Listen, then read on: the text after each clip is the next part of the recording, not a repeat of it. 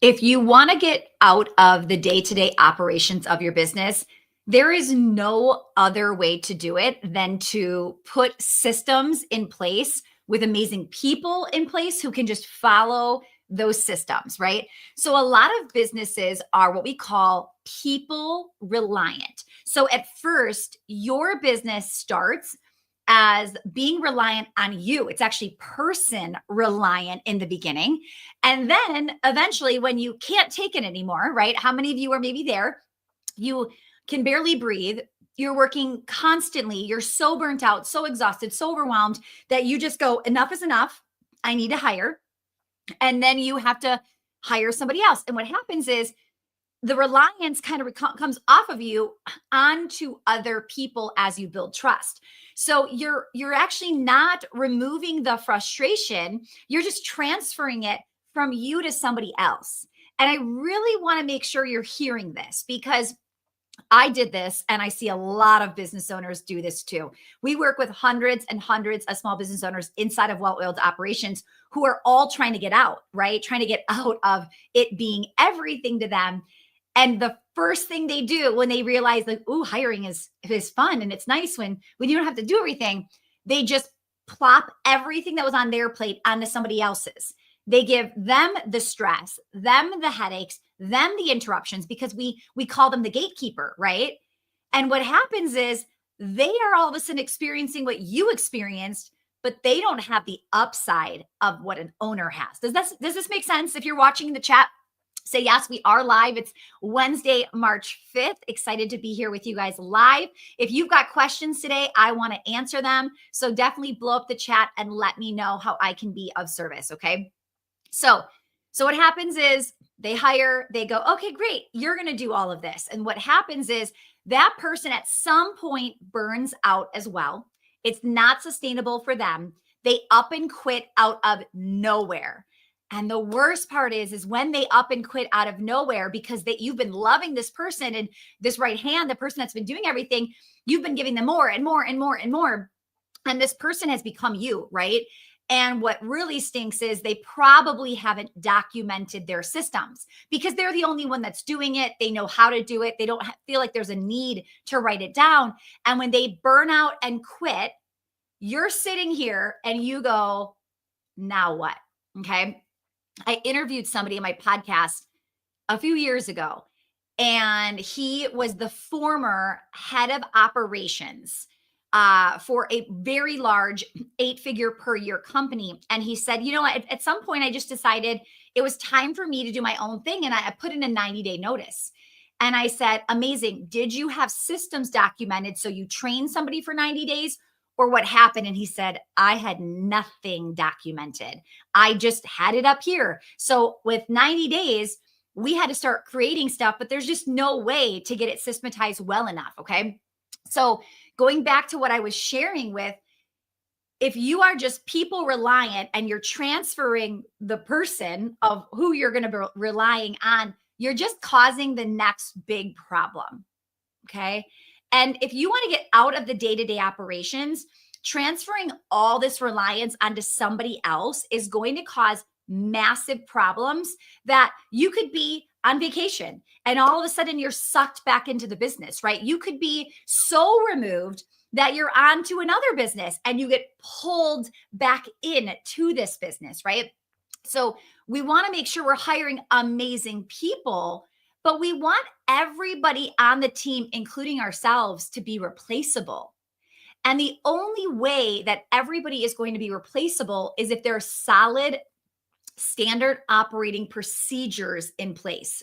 When you have systems in place, right? When there are things where you got written down, right? We have like a hit by the bus document where if I had to jump back into my studio and help out my general manager, she has everything documented, everything. So you're going to hear people say systems, SOPs, standard operating procedures.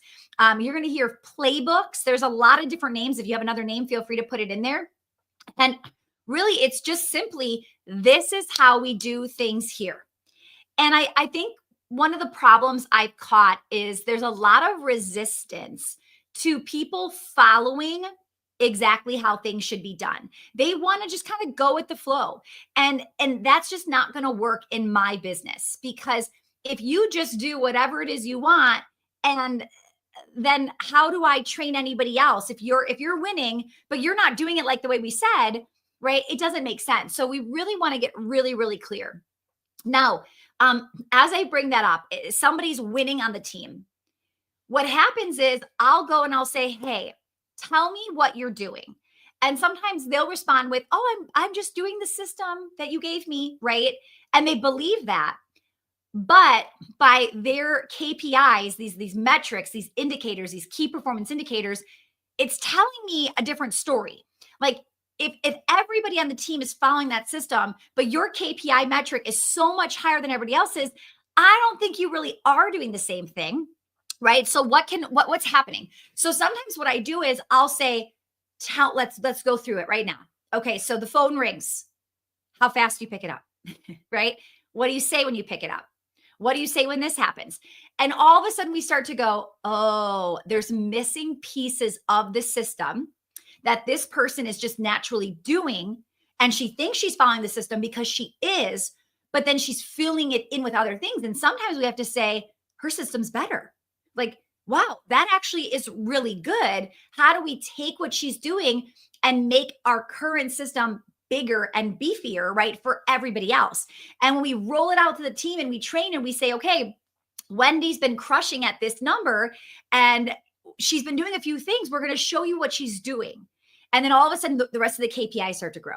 Okay. That is how we start to identify systems, who's doing it, who's got the better system. And we never go like, oh, okay, well, Wendy does it this way, right? And Mary Liz does it that way, and Aaron does it this way. No, no, no. It's who has the best way, and we all copy and clone. That is going to be the easiest way for you to truly train and replace. Okay. And replaceability is not a bad thing for the employees and team members listening. So sometimes when I say we really want everybody to be replaceable, a team member goes, but then I could get fired, right? But really, I have worked with people where employees have said, well, I could never leave them. I would feel so guilty leaving because of how much I do. She needs me. And sometimes an employee will stay out of obligation versus wanting to. So when you are replaceable and somebody else could take over your job, you don't have to feel the guilt, right, of having to stay. So being replaceable is good for the owner and for the people that are actually working in the business. Okay. All right. So what I want to bring up today is, where do you start with SOPs, with standard operating procedures? Now, if you've come to my free training, Protect Your Profit, it's our biggest training. I think we've said over I think it's 200,000 people have already actually gone through that free training. If you haven't, maybe team, we could put the link in the chat for them of where they could go sign up for that free training. It's live. So when you see the date, it's really me, just like right now, live training. But in that training, we talk about there are lots of systems, right? Everything you do. Systems is just, this is how we do this, okay? So think about every action, every activity in the business, and every team member in the business, okay? They all have systems. It is very, very overwhelming to go, where do I start? And this is why a lot of business owners, they just get nervous. How many of you have been paralyzed? You're like, yeah, or you start and then you're not using them. So then you just give up and then they're dated, right? Anybody been there? Okay. So with that, what we talk about is, don't think about all of the systems, right? There's a few ways to get started and get the ball rolling. So number one, I teach and Protect Your Profit. I'm not going to go into too much detail, because if you want to learn more, I want you to go there. But it's either like, do I want time saving systems, or do I want money making systems? Okay. So you want to scratch your biggest itch. What is your biggest frustration right now? Do you need more time, or do you need more money? And then we fix that specific problem. Sometimes there's just a better order, right? You might say, I want both, but first I'm going to put time into my team to get them up and running. And then I'm going to step back out. Right. And it's funny because the thing that you want out of your business, right? Maybe you wanted money. Well, how do we start a business? By being broke and not paying ourselves and right, foregoing our payroll. And if anything, we put money into the business. I remember one time thinking, wow, not only did I not get paid this month, but I put in $25,000. Like, in what world would anybody do that but a business owner, right? Like, nope, didn't get paid. And I paid them to work this month, right? So anyway, the thing you want, right? You want money. You lost probably a lot of money to start it. You made no money to start it. Okay. That's how we get going. Same thing with time. You wanted time freedom. Well, what happened when you started your business? You worked 24/7. Time freedom didn't exist, right? So you really want to look at what stage am I in and what can I temporarily sacrifice for the long-term gain. I think a lot of business owners are a little delusional with how easy it's going to be to get your business to be passive, right? I mean, it's just, there is truly nothing passive, like nothing. I've done rental properties for since like 2008. I would say rental properties are talked about as one of the most passive, right, opportunities. And let me tell you, there is nothing passive about rental properties. Okay. There's so much work involved. No matter how long you've owned the properties, there's something that pops up. And I just think we have this delusion of like, it should be easier. I've been doing this for so long. I shouldn't have to XYZ. And it really doesn't matter how long you've done it or how much money you've made or how big your team is. Because we've seen people with millions of dollars with a massive team with a lot of money doing it all wrong. And they're still stuck in their business working 70, 80 hours a week. We had somebody at like 40 million, you guys, 40 million or maybe even bigger. And he said, I'm working 70 hours a week. Every vacation I've taken this year, I brought my laptop. I have not had a day off in over a year. I mean, I know 40 million is a lot of money, but how many of you would say, no, thank you, not interested, right? When you're losing your life to it. Now, for him to get that time back, the first thing I did was, I'm going to need you to do something and spend some time doing this, knowing that if you do this week, I can get you from 70 hours to 60 hours next week. Are you willing to invest the time? And if you're like, I don't have the time, I don't have the money, you're going to say that 3 months from now, 6 months from now, 10 months. It doesn't change, right? You've got to get off that hamster wheel.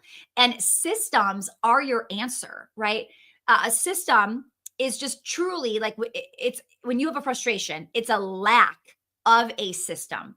When you're mad about something, angry, resentful, it is just truly a system being non-existent or not being followed. Okay.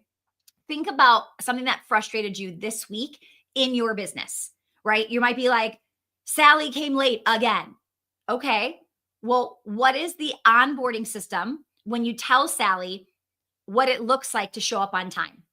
And then what was the system when Sally came late the first time? And then what is the system when Sally has come late her 22nd time? And you're like, well, I mean, I did tell her once when she onboarded, and then I didn't say anything the first time because I thought it was just a one-time thing. And now it's been a massive habit. And this is just what Sally does. It's a lack of a system, right? So to solve that problem, we have to create a system, a step-by-step. What am I going to do about this, right? Step 1, I might book a meeting with Sally. Step 2, I'm going to acknowledge the behavior I'm seeing. And step 3 is reset the expectation. Step 4 is I'm going to say something the next time she's late and bring up that I followed it. Like, that's just what a system is, right? And when people think systems are boring, they're tedious, I don't need them, right? It just shows that you haven't been in business long enough or felt the frustration long enough to realize what's actually missing. Okay. So a system also gives you consistency, right? So I was just speaking to a group of like 500 photographers, and I was explaining to them how I have this amazing photographer here in Wisconsin. And like a few years ago, I booked them. And the place that I go to, they really like, I go there because I want my one Christmas card photo, right? How many of you do that, right? So I don't really need the gigantic prints and all of that. We get an annual photo. I just want it for specifically for that Christmas card. And one year they wrote us a letter and they said, "Hey, we printed off 3 of our favorite photos of your family because we know how many people just come for the Christmas card and never print them off." And I was like, "Oh my gosh, I love it." Now here's what's funny. So my kids are now 9 and 12. The photo, I think they're probably 3 and 5 or 6. Okay. That's what they look like. We've been going to them still. Okay. They haven't done that since. And this is where a lack of a system can cause confusion, frustration, right? Somebody might go, "Well, why didn't they do it the next time?" Like anytime we are doing something, I am thinking about, if I do this now, they will expect it again in the future. Am I interested in doing this every single time? Okay. So one time, and I'll just show you like how detailed this is. So we were doing something and putting on an event, and the place that we were at was like, "Listen, you have a minimum dollar amount to spend for like our food bill." Okay. So we had money left over and they said, "Hey, we suggest you do breakfast." And I was like, "Listen, the problem is if I do breakfast this round in 3 months, what do they think is going to happen when I don't have to hit my minimum?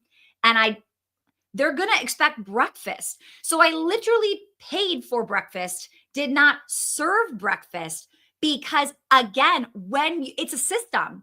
If I'm rolling something out, my customers are going to expect it time and time and time again.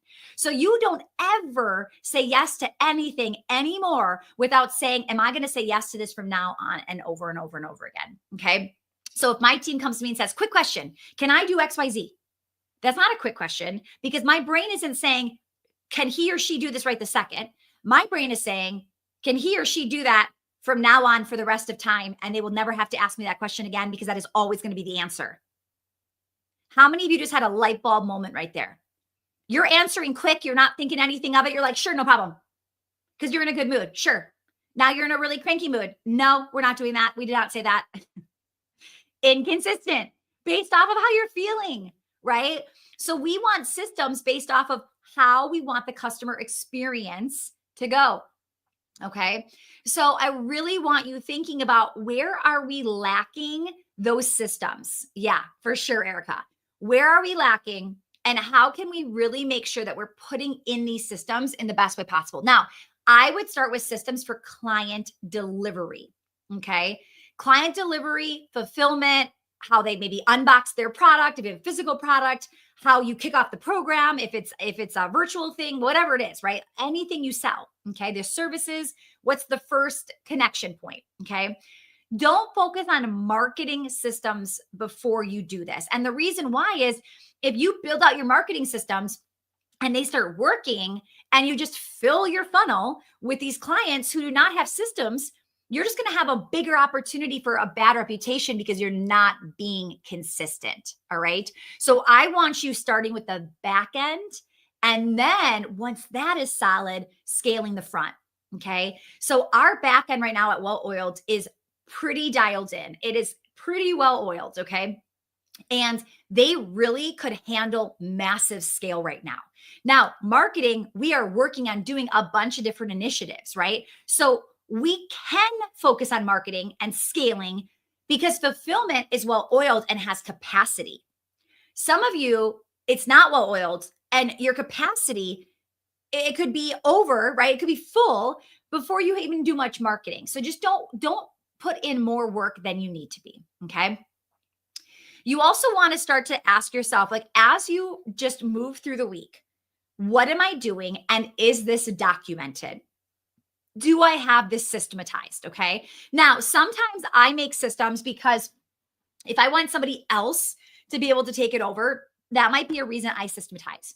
But sometimes I just have a system for me. No one else is going to do it, but I don't want to forget. Okay. So for instance, these 2 lights that are behind me, the amount of times I would forget to turn them on, not notice, and then watch the video later and go, "Ooh, it looks really dark back there," right? Before I go live, I have a checklist of, is it the right microphone that's on? Is the right camera plugged in? Is this light, that light, etc. on? What do you see in the frame? Like, I'm literally quickly going through a little checklist. Okay. So I had my friend, my friend has a private plane. He's a Navy pilot, has his own private plane. And I flew in it with him one time, sitting in like the passenger seat of his airplane. And he goes, he's got this huge checklist of everything you have to do, right, as you're going through it.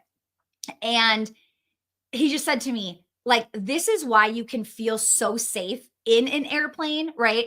Because of all the things we have to manually do and check off before we can even get on.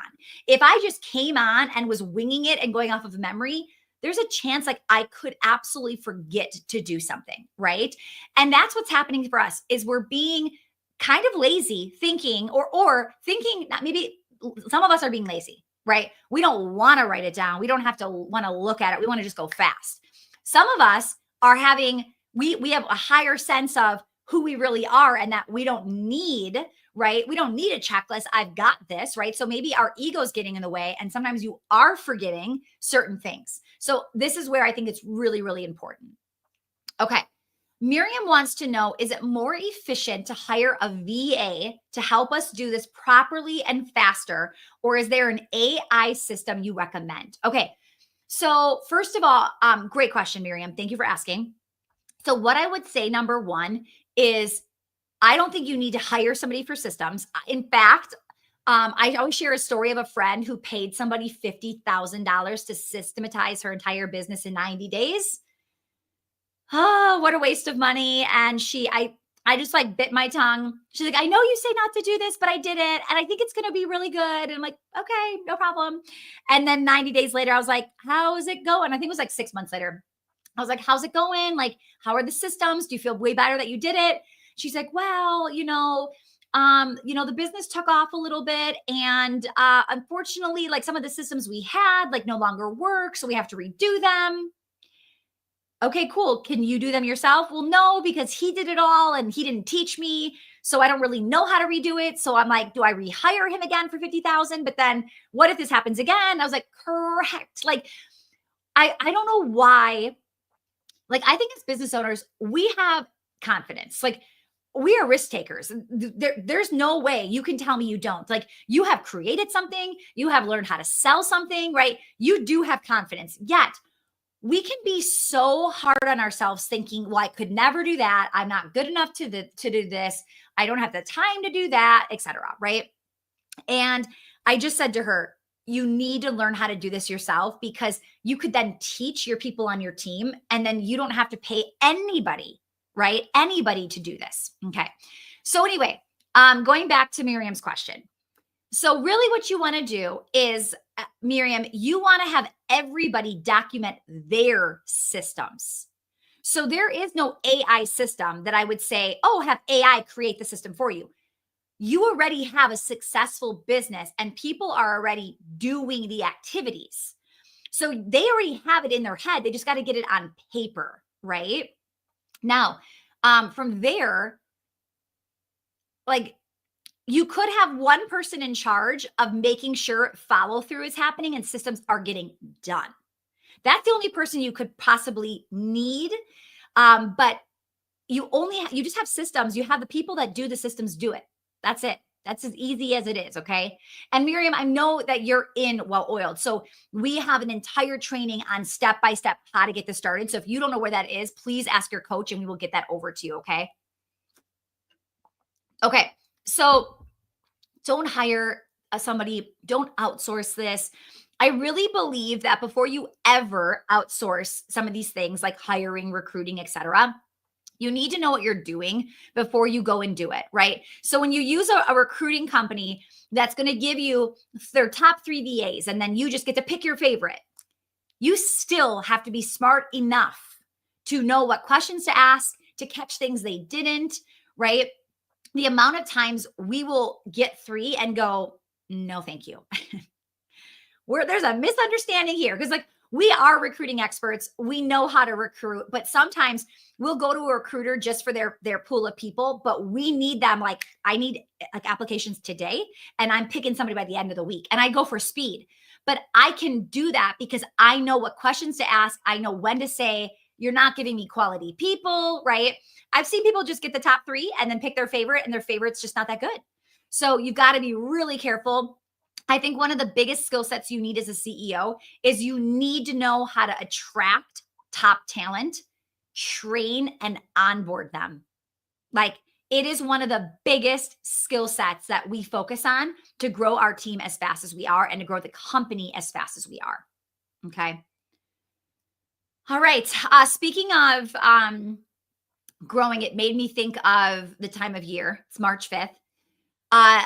You should be getting, just as a little reminder for anybody that needs a little kick in the pants here, you should be getting, I already got mine today, which made me think of it. You should be getting your profit and loss for the month of February within 2 days. My deadline is by the 7th of the month. I know what happened last month because I take that information, I use that data to direct me for March. So if you're like, I don't even have 2024 wrapped up, no, that is not how we well oil our business. And you definitely should. January is long gone. February should already be like right here. Okay. So a little reminder of if you really want to systematize your business, this is part of the system. So think, what did I just say?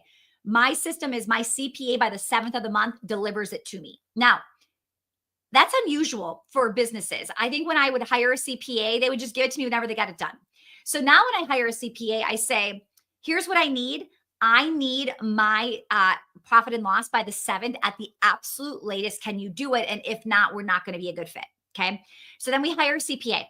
And then on the 7th, nothing happens on the 7th. I get it like, I don't get anything on the 7th. So I message the 8th in the morning. I'm like, hi there. Just a reminder, I need these on the 7th. Right. So my system is like, I follow up.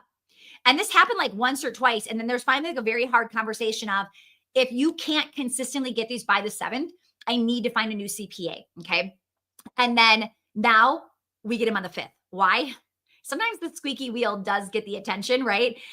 Because I guarantee I'm the first person that they do their reports every month because they know, oh, that's Stacy. She's going to say something if I don't get it over to her. And I'm not afraid to do that. So just an FYI there. That is also a system. Should we house our systems in Word? Do you print them out and put them all in a notebook or keep them online? Okay, great question. So I can see, I really think I used to definitely have it in a real physical manual. Okay. I really believe with how fast things are changing, it should just be online. Honestly, a Google Doc is totally fine. What I love about a Google Doc is there's a few things I love about a Google Doc, but there's an overview. So you could quickly scroll, right? You could search for a word and it's going to scroll right to where that word is or where the words show up. So it's very easy to find that system and you can very easily edit. Now, what's cool is you could give permission to only certain people to edit it. The manager gets to edit it. You could give your team members access to comment. So they could comment to be like, hey, Susan, this is a little dated here. Can we get this updated? Like things like that. Do you see what I'm saying? But they can't change the system. And then you can always go back to the history to see, wait, something was changed and it should not have been. And you can pull that back out. Okay. So do I print them? I could see maybe printing something that is not going to change very often. Like if I wanted a go live checklist, I could put it right over here, physical taped up there. Now, what's funny is, you'll see actually in here. Let me see if I got it in here before I say I've got it in here. Okay. So when I record reels, Facebook ads, things like that, I use this little microphone. It's like this little mic that goes on my neck here. Okay. And I always forget to do 2 things. So what do I have to trigger that I don't mess this up? Okay. Literally it says only 2 things on this sheet of paper, you guys. When I say system, this is nothing fancy. 2 words on a sheet of ripped off paper sitting in here. Okay. And all it says is microphone, not red. Number 2, laptop open. For some reason, my laptop is not open. The audio is funny. And I have recorded with red on before, red like the microphone's red, meaning it's not recording. So this is my system. It's a physical sheet of paper wrapped in here because I need this to record. So when I see it, it triggers me. So sometimes you're not even triggered to look for the system. Okay. But otherwise, no, all my systems are typically just online. Cool. How do you get the team on board? Susan wants to know without wanting to create the SOP. I'm having some negative responses. Okay. Anytime you ask for a change, okay, anytime you ask for a change, I feel like there's going to be natural resistance. We don't like change. We like things to stay the same, okay? So, I think that's normal. But when you explain and educate, here is why we need to do this. This is important, and I need you to do this. Are you able to do this? How can I support you in getting this done? A good employee is going to be like, got it. Like, I don't want to, but I know I need to, and I'm going to do it for you. Okay. If you're having massive resistance, I'm like, I'm not doing that. This is just, you have up leveled the business and you're still holding on to people down here. Right. I mean, honestly, if anybody on my team, if I said, hey, can we do this? And they were like, no, I'd be like, what? I'm sorry. I think I heard you wrong. Like, I just can't even fathom somebody saying no. Okay. Now I could see somebody on my team saying, okay, Stacey, got it. But can I challenge you on why we're doing it this way and not that way? Because this might feel faster or this would make more sense. And it's a discussion and it's a very respectful discussion. Yes. But if I'm going, I thank you for that. I see that. But here's why it needs to be done this way, right? I'm going to be that final answer, that final word. And if I'm getting pushback, these are just not the people that should be on the team. Okay. So, Susan, there's a difference between like a little pushback and like heavily resistant. Okay. I mean, we are a growing company. I'm sure you are too. We're just going to keep getting bigger and bigger and bigger, which means we have to keep coming up with new ways to do that and new changes. And if you can't get on board with change, this is probably not the company for you. You want to go work for a company that, grows like 4% a year. That would be the perfect company for you to work at, not one like us, right? So that's what I would be looking at.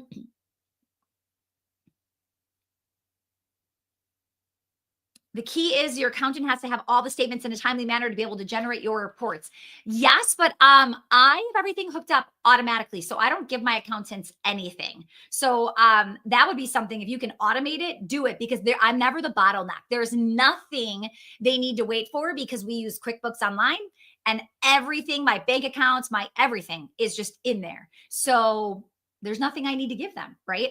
So that I would just say automate, automate, automate so that you are not the bottleneck. Anytime you can remove yourself as the bottleneck is the best way to go.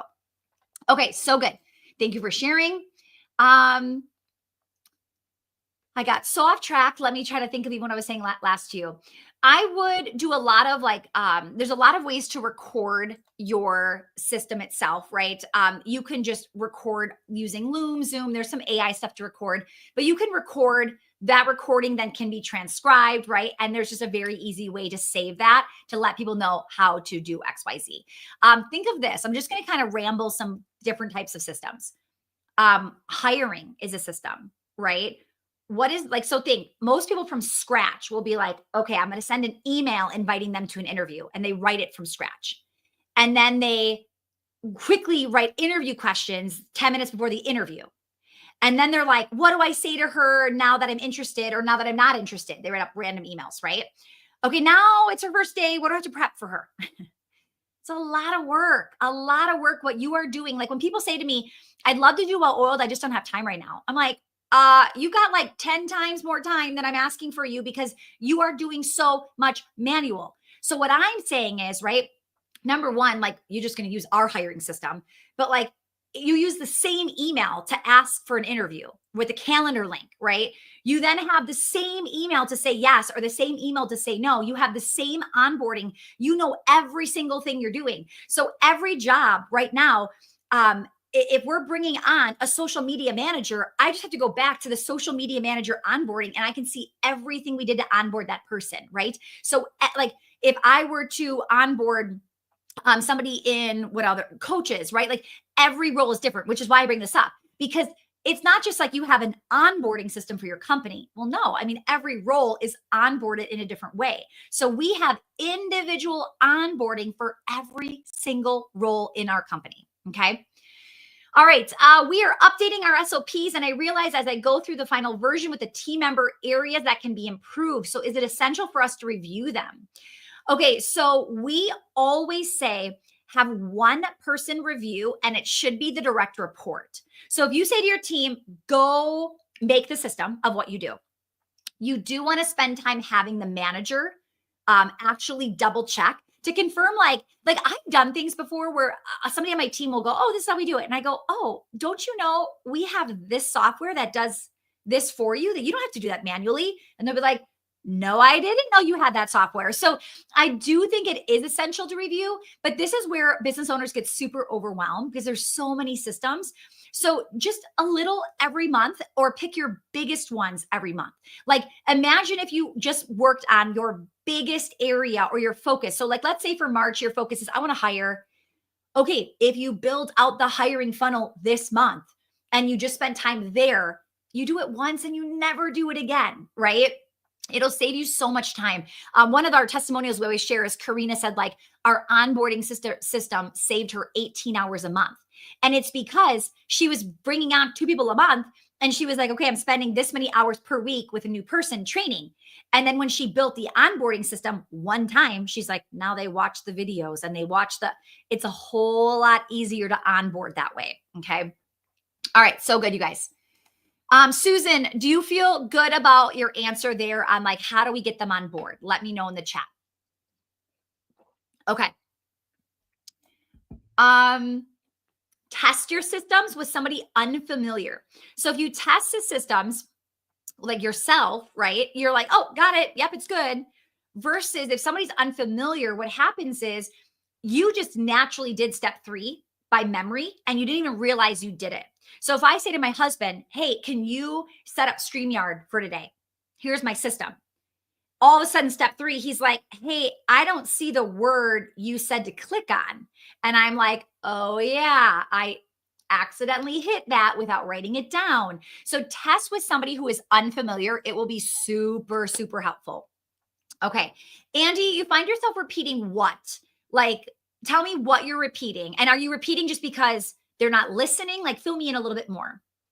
Miriam asked, do you like Notion for SOPs? Okay. I have been hearing about Notion a lot over the last like maybe year or so. Okay. And I will tell you, I don't switch software unless I have a frustration with what I'm using. So like right now, some of you were like, Notion, look up Notion later, sign up for it. Right? I do not do that. So I will tell you, if I didn't have a process for systems and I looked up Notion, I probably would say, yeah, I should buy this. Okay. However, you can't do that at scale. Like at scale, it's hard. All my team is inside of Monday.com. To say to the entire team, hey, just kidding, we're going to do all of our systems over here. That costs a lot of time and a lot of money and just the education back and forth.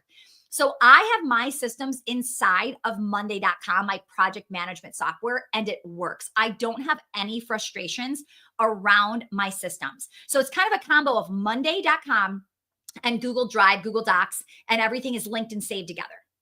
I have no reason to buy another software to scratch an itch that isn't there. Make sense, guys? Okay. So if you're like, I don't have Monday, I don't have that, I don't have anything. Well, then you should actually research Notion and project management and all of these to figure out which one makes sense for you. But I just don't waste time on an invisible problem or a non-existent problem, right?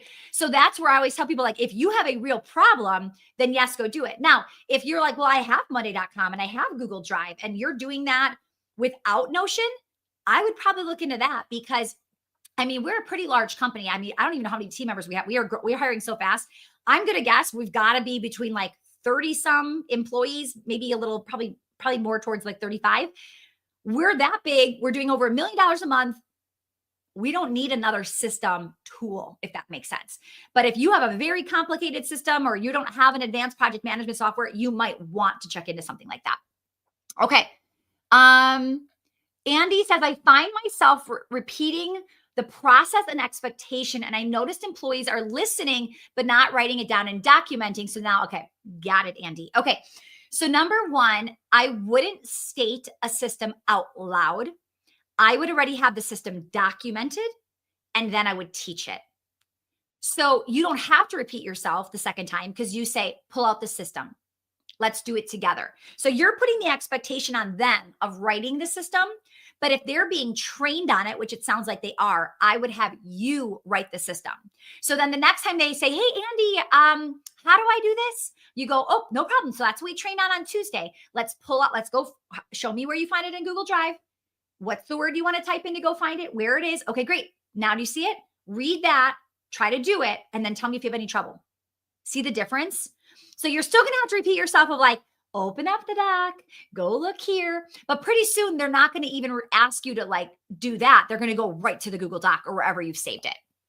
Okay. Susan says Notion has a steep learning curve, but is good. We are using ClickUp, but still think Google Docs are easier. Okay. Thanks so much for sharing that. Paper Spec says we have our systems in ClickUp, our project management system, and I love having everything in one place. I personally do too. I think so. I literally just did a YouTube video coming out in a few weeks about software bloat. And it is like, everybody has convinced you that you need a gazillion softwares to run your business. And it's going to make you more efficient and more effective. And it's like, I don't even know where we have things anymore, right? You don't want your business to feel like that. So we're in a stage where we are getting leaner on our software. We got rid of 2 softwares in the last, I would say in Q1, because we were like, oh, wow, Zoom does this, and this, and this. And we were paying for over here, these other features. We're like, nope, we're going to do this. So be very careful about software bloat. Okay. The program is not as important as the people using the system consistently. Yeah. And this is where, when you notice they didn't use it consistently, bring it up. Okay. So again, sometimes we have to be educated on the why. Why is it important, right?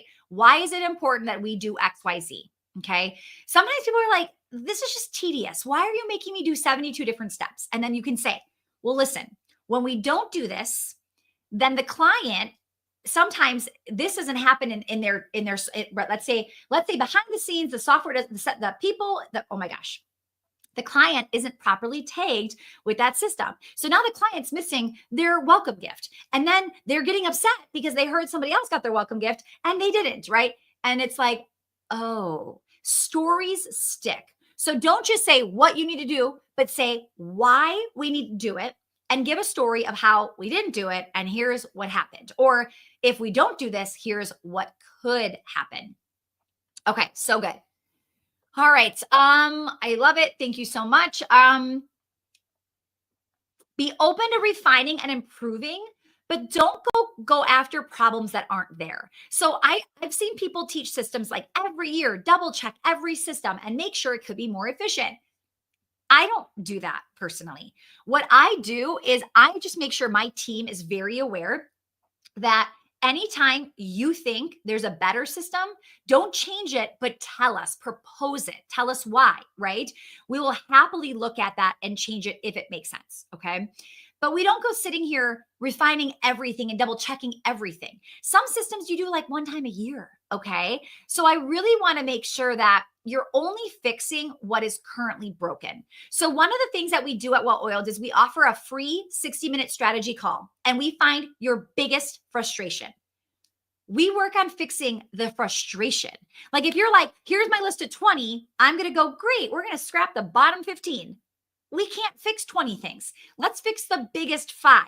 So many times we're trying to fix all of the problems in our business. I just want to fix your biggest problem, your biggest, right? Any frustration of time or money, that's what I want to do. Okay. If you ever want to book one of those free calls to learn more, and they basically help you find the $1 million problem. They help you figure out how much money you're leaving on the table and where. Thanks, Bella. And then they'll tell you what they would do over the next 90 days. Okay.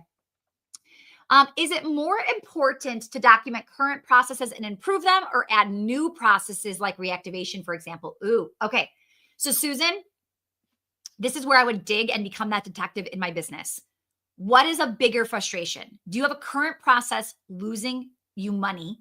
getting clients upset, hurting your brand reputation, or are they just like pretty good? And you would love to make more money.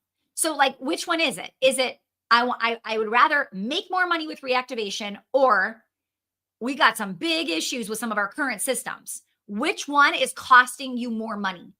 Okay? That's where I would go. So for somebody in the room, your systems are totally fine. You're getting good reviews, no problems.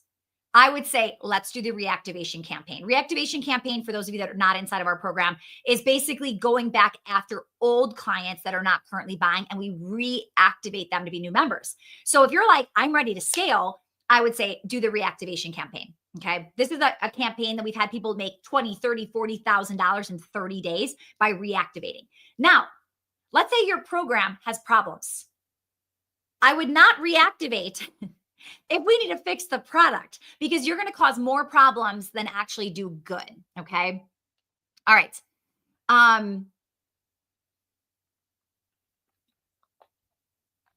Yeah. Okay, Susan, perfect. So if you know that's your biggest frustration or your biggest opportunity, go there for sure. Okay. Okay. All right, cool. Amazing. So focus on creating systems that are in real time. So that's another thing I've just heard people teach systems and I'm like, you're making this harder for everybody.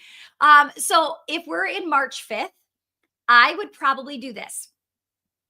I would think about anything that's very recent from February, okay? And I would document anything that is fresh in your mind, okay? That you're never going to remember next February. Does that make sense, guys? Say yes in the chat if that's clicking. Then I would stay in real time. So I would make March systems. What am I working on in March? Right now I'm sticking with April.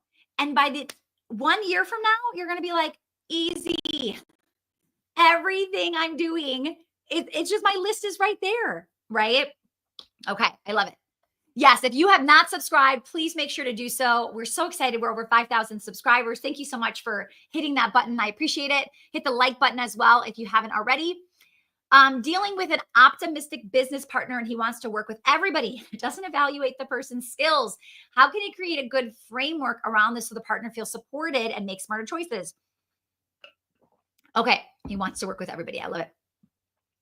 I would set your non-negotiables. So we like to have must-haves and nice-to-haves, okay? So we do not work with just anybody, right? We are looking for, in this role, we must have, like non-negotiable. If you do not have previous experience with, let's say, this role, we aren't going to hire you. Now, some roles we do. I'm just saying, let's just pretend that is a need to have, right? A nice to have would be like 4 years of experience in that role, right? So you can just decide. So Andy, I would meet with your partner and discuss the non-negotiable must-haves and the nice-to-haves and all of that. And then I would really double check that you're following that system as you bring people on. I would also get involved in the hiring process. Maybe he's doing the first round, you're doing the second round. Or maybe you do the first round, you don't send anybody through unless they have the must-haves, right? And then he can pick, but he's hit your bare minimum standards, okay? So that's what I'm saying. Hiring is a skill set, right? Everybody's nice. Oh, my 3 favorites are amazing. I gave them all sample projects. They're all good. I don't know who to pick. I want to hire all 3 of them. It's like, no, right? If you still like all 3 of them, you didn't go deep enough on the interview questions. Trust me. Okay, good, Andy. Thank you. Trust me when I say that if you ask really good questions, there should be a clear winner. And if there's not, go deeper. Like you're not being picky enough. Okay. So you get to be picky when you have supply, right? When you don't, when there's like nobody walking through the door, you don't get to be that picky, right? So if you've got amazing people you love, go deeper. All right. So good. All right, guys, I'm going to do like 1 or 2, and then we're going to wrap today. If you want to get our free workbook, so every week we've been dropping a video on Thursday. So if you're really curious about really dialing in your systems, this was just more FAQ today. We've got a really great training that just dropped last week, Thursday, all on systems that's already uploaded on our YouTube channel. Tomorrow, you'll see a brand new one. Bella, can we put tomorrow's title in for them to see what tomorrow's about? And then every single week right now, we are putting together a pretty beefed up workbook for you to save, download, use for yourself as you're creating your systems. So if you go to my Instagram at Stacy Tuschl and you DM me the word systems, I will give you that workbook completely free. Okay. So that is over on Instagram at Stacy Tuschl. The word is systems. Okay. So good. All right. Avoid over systematizing. I think we kind of covered that a little bit. Prioritize anything that customers see. So customer like forward facing, right? There are things behind the scenes, the way I do something that you will never feel, see, notice, etc. That's not as big of a deal as you calling us or emailing us or DMing us, and it's like real time comments, right? So I want to make sure that anything that's customer facing gets bumped up. Okay. Um, yeah, Mackenzie, everything's a system. I mean, you really probably couldn't say anything that I wouldn't say, oh, that's actually a system, right? Marketing is a system, right? Or a lack of a system. So she says, what kind of info should I be saving? I've been saving all of my copy and IG captions on Google. Yes, because what you want to do now, the system right now is you're saving that copy. But the next part of that system should be you're watching what's working, grabbing the good stuff and putting it in a new document for rotation. So you have like step one of the system. Step two is going deeper, right? Like you post on Instagram and sometimes it's good and sometimes it's a flop. I'm not going to take the flop and repost it. I'm either going to say, can I redo this better, try it again, or keep because it worked really well and I want it back in rotation. Okay. So we do not create a new Instagram post every single day that's brand new every single day. We have a lot of winners that are in rotation. Okay. Does that help, Mackenzie? All right. Elaine says, I have a question about Chat GPT. I've been feeding it to give answers to my assistant. My question is, should I save this info somewhere in case Chat GPT ends and all my info is in there? Okay. So here's the deal. I think this for us. So one thing that we are doing, and if you're in our program, I'm not sure if you are, Elaine, but if you're inside of Well Oiled, we are teaching you now our systems with Chat GPT. So first, we build custom GPTs. So we build, let's say, a social media bot, okay, that we're teaching. Well, the system is what we fed it to create it. I own that. I have that. That's in a Google Doc. Does that make sense? So let's say ChatGPT does go away, which it could. Like we have no idea. Well, that's okay because another software is going to do exactly what it does, which they already do, right? And I've got my system that created that bot that I would then take it and put it over there. So I don't like do anything where I'm like saving all of that stuff. I don't have a need to because it was created so quickly anyway, right? Now, let's say this. I'm trying to think of like certain things. I will say I have my finished products somewhere. Okay. So for instance, I could have said to Chat GPT, give me 20 questions in case nobody shows up for my live training. And I've got to just wing it with my own questions. And it gives me some garbage, right? Some good ones, some garbage, right? I never just copy paste Chat GPT ever, like ever. Okay. I like joke on my Instagram all the time how I'm putting it on a performance improvement plan because it does not listen all the time. Right. So anyway, I would then, let's say, take my favorite questions and I would put it in my own Google Doc to prep for myself. Right. So like right now, I keep saying to you, let me go back to my notes, but I'm never referencing Chat GPT where it's keeping my stuff. I am building, right? Like I use Chat GPT to make me stronger and faster, but I do not rely on it to be me because that's just not what it is, right? So I'm still crafting my stuff after I'm using it as research. Okay, Elaine, does that help you? Because I think that then you're going to like if all of my YouTube stuff is in there, but I have a Google Doc called YouTube scripts and it's got every single YouTube video I've ever done. And that's on Google, right? Which Google's not going anywhere. If something happens to Google, I think we have bigger things to worry about. Yeah. Okay. Amazing. All right, guys. Your keyword for this week is the word systems. You are going over to my Instagram. Make sure you follow me over there at Stacy Tuschl. I am most active on Instagram, you guys. I am there all day, every day. My Instagram stories are updated. You'll see me obviously looking like this on the same day.